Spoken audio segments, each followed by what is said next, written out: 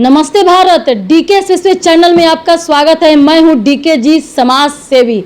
देखिए भैया जो हैं, जिनका नाम है वंशीधर ब्रिजवासी भैया, तिरहुत से निर्दलीय जो है स्नातक चुनाव लड़े थे। और देखिए तिनके का सहारा होता है ना दोस्तों, कि वह जो है सड़क से लेकर सदन तक शिक्षकों के हित के लिए लड़ते रहते हैं। सबसे पहले भैया जी, मेरे चैनल में आपका स्वागत है। Thank you.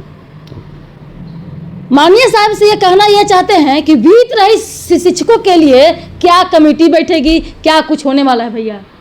देखिए क्या होने वाला है ये तो सरकार बतलाएगी। यह तो हमारा पार्ट नहीं, हम शिक्षकों के वकील हैं, हम कोई जज नहीं।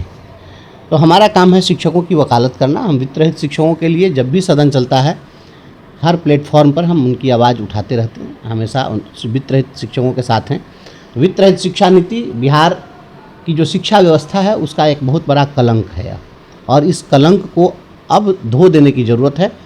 और हम लोग पिछले बार जो आवाज़ उठाए तो सरकार ने एक कमेटी बनाई, और वह जो कमेटी बनी हुई है चीफ सेक्रेटरी की अध्यक्षता में, व्यक्तिगत रूप से मैं शिक्षा मंत्री जी से भी मैंने कहा जी, ऑफ द रिकॉर्ड, अलग अनौपचारिक तरीके से जब बात हुई तो उसमें हमने कहा कि आप सब कुछ कर रहे हैं, हर क्षेत्र में आप काम कर रहे हैं, लेकिन वित्त रहित शिक्षा की समाप्ति की दिशा में सरकार को जो प्रयास करना चाहिए वह सरकार नहीं कर पा रही है। तो इसको जल्द से जल्द समाप्त करना चाहिए। वित्त रहित शैक्षणिक संस्थानों के पास ऐसा एक मोटा अनुमान है कि लगभग 900 एकड़ ज़मीन है उसके पास जी। और सोचिए कि 900 एकड़ ज़मीन, इतनी बिल्डिंग्स, इतना इंफ्रास्ट्रक्चर, इतने टीचर्स, सब कुछ आपको मिल रहे हैं, तो आप उनको अपनाना क्यों नहीं चाहते हैं? और जहां आपके पास कुछ नहीं है तो आप कह रहे हैं कि हम डिग्री कॉलेज खोलेंगे। प्राइमरी स्कूल खोलने की औकात नहीं है, डिग्री कॉलेज खोलने चले हैं। राज्य में इसी सरकार के द्वारा खोले गए नवसृजित प्राथमिक विद्यालयों में से लगभग 2000 विद्यालयों को इन्होंने बंद कर दिया, क्योंकि उसको न ये भवन उपलब्ध करा सके न भूमि उपलब्ध करा सके। तो प्राइमरी स्कूल खोलने की तो क्षमता ही नहीं है, और आप डिग्री कॉलेज खोलने की बात कर रहे प्रखंडों में बात हैं, सभी प्रखंड में खोलने की आप बात कर रहे हैं। ये बहुत हास्यास्पद है और इस तरीके से नहीं हो सकता है। ये आईवास करने के समान है। आप वित्त रहित शैक्षणिक संस्थानों को अविलंब टेक ओवर करिए। और जब सबके लिए आपने किया, आप कह रहे हैं कि 5,24,000 सरकारी शिक्षक हो गए, तो ये 20-25 हज़ार हमारे जो वित्त रहित शिक्षक हैं, आखिर आप कहते हैं सबका साथ सबका विकास, तो फिर इनके साथ वित्त रहित को छोड़कर सबका साथ सबका विकास वित्त रहित को छोड़कर ये भी लिख दीजिए। हाँ, तो सौतेला व्यवहार हो रहा है। आप इनके साथ क्यों करना चाहते हैं? ये सोचिए। वित्त रहित शिक्षक जो भी हैं वह हाईली एजुकेटेड लोग हैं, और अपने जीवन में इन्होंने अनैतिक कार्य नहीं चुना अपनी आजीविका के लिए। इन्होंने कहा कि हम नमक रोटी खाएंगे, भूखे पेट सोएंगे, लेकिन शिक्षा की सेवा करेंगे। बहुत सारा काम था, कोई अनैतिक काम चुन लेते, लेकिन इन्होंने कहा कि नहीं, हम शिक्षा के क्षेत्र में काम करेंगे, और इन्होंने अपना पूरा जीवन खपा दिया। हर व्यक्ति इस देश के, आप अगर कहते हैं कि ये भारत को हम विकसित भारत बनाना चाहते हैं, बिहार को विकसित बिहार बनाना चाहते हैं, बिहार विकसित बिहार बनने की राह पर खड़ा है, चल रहा है, तो उसमें इनका भी योगदान है। इनके योगदान को आप माइनस नहीं कर सकते हैं। इसलिए इन सभी लोगों के योगदान की सराहना होनी चाहिए, और सभी वित्त रहित शिक्षकों को अविलंब इनको पूरा इनको न्याय मिलना चाहिए। एक शिक्षक आपके पास भी आए होंगे, असिस्टेंट गेस्ट प्रोफेसर, अतिथि सहायक प्राध्यापक हों या अतिथि शिक्षक गेस्ट फैकल्टी हों। देखिए, सरकार की सबसे पहली तो गलत पॉलिसी है कि आप अंशकालिक रूप में आप किसी को अपॉइंट करते हैं, आप थोड़े दिन के लिए आप बहाल कर लेंगे, फिर उनको हटा देंगे।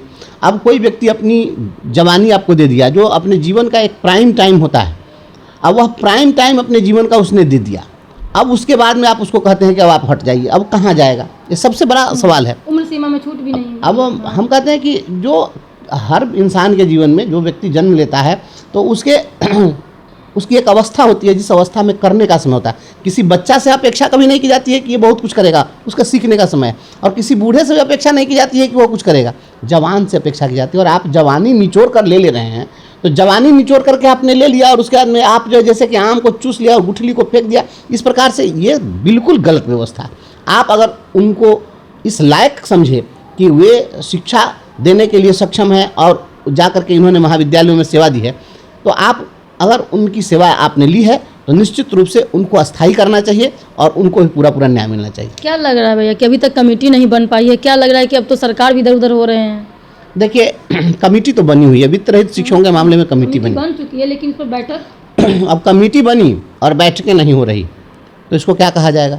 हम लोग तो सदन में भी उठाए हैं, सदन के बाहर भी हम लोग अनौपचारिक तरीके से जब बैठते हैं हम धरना पर किए हुए थे आप लेकर के बजाते। देखिए हम हमेशा शिक्षकों के लिए जीते मरते हैं, तो सब कुछ किए, लेकिन करना सरकार को है। फाइनली हम कोई सरकार नहीं है, सरकार को संवेदनशील होना चाहिए। आप सब कुछ कर रहे हैं, इतना हजारों हजार करोड़ रुपए आप लुटा दे रहे हैं। आप बहुत ऐसी योजनाएं हैं जो कागज़ में योजनाएं चलती है, कागज़ में ही चलती रहती है, किसी को पता तक नहीं होता है, सब कुछ हो रहा है।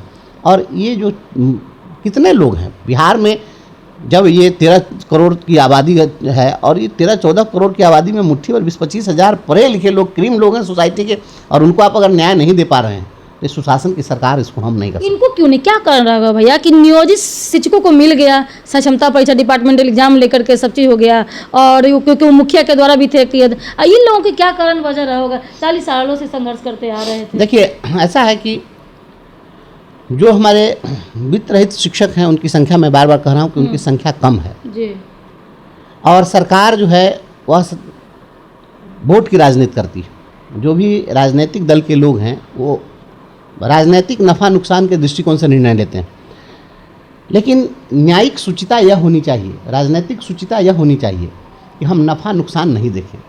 अगर हमारा नुकसान भी हो रहा हो और दूसरे व्यक्ति को हमको न्याय देना है, उस न्याय से हमें नुकसान हो रहा है, तो हमें अपना नुकसान सह के भी उसको न्याय देना चाहिए। न्याय के पद पर अगर आप बैठे हुए हैं, आपको देना चाहिए न्याय। ये वित्त रहित शिक्षकों को सरकार समझती है कि इनके पास में संख्या कम है, इनके वोट से हमको बहुत फर्क नहीं पड़ता है, बस यही है। जो नियोजित शिक्षक थे, नियोजित शिक्षकों, चूँकि हम उस समाज का नेतृत्व करते हुए आज यहाँ तक पहुँचे हैं, तो इसी आर ब्लॉक चौराहे पर आज जो नए हमारे बीपीएससी से साथी लोग आएंगे, तो उसमें से बहुत सारे लोग होंगे जो उस समय में जन्म लिए होंगे, बहुत नए नए लड़के विशल में बहाल हो गए हैं। तो ऐसे ऐसे लोग, तो उस समय में 2005 में यहाँ पर हम अनशन पर बैठते थे, 12-12 दिन, 14-14 दिन ये पूर्णतः रोड बंद रहता था। आज तो ओवरब्रिज बन गया है जगह, और हम लोग इतना दिन पूरे राजधानी को पैरालाइज कर देते थे। हमारी संख्या थी तो हम लोग आंदोलन चलाते थे। इनकी संख्या कम है। दूसरा है कि लड़ने का भी उसका भी एक उम्र है। आप बुढ़ापा में किसी से सोचिएगा क्यों लड़ेगा, तो जब आदमी का टूट जाता है, अवस्था ज़्यादा हो जाती है, तो कोई नहीं लड़ता है। हम लोग जब आए थे तो हम भी 20 साल के, कई साल के थे, कुछ समझते नहीं थे, कोई लाइबिलिटी नहीं थी, जेल चलना है, चलो जो करना है करो, हम लोग करते रहते थे। तो धीरे धीरे पोटेंशियल घटता जाता है। वित्त रहित शिक्षक अब इस अवस्था में आ गए हैं कि अब वे बहुत उस स्तर पर लड़ाई नहीं लड़ सकते हैं। दूसरी बात कि अब जो सरकारें हैं, धीरे धीरे ये सरकार जो है लोकतांत्रिक व्यवस्था से राजतांत्रिक व्यवस्था की ओर सिस्टम चला जा रहा है। पहले जो राजा होता था वह इतना संवेदनशील होता था कि अगर उसका एक पुतला फूका जाता था तो उस पर संज्ञान लिया जाता था। अब आप जो करना है करते रहिए। अब तो देख रहे हैं कि धरना प्रदर्शन आंदोलन का कोई नोटिस नहीं ले रहा है। पूरा धरना देख रहे हैं, बीपीएससी TRE-4 वाले जो चक्कर जाम कर रहे हैं। TRE-4 के हमारे नौजवान साथी लोग आंदोलन लगातार चला रहे हैं। अभी तक उनके लिए तो कुछ नहीं किए। अब ये कह रहे हैं कि करेंगे करेंगे करेंगे, तो आखिर कब करेंगे?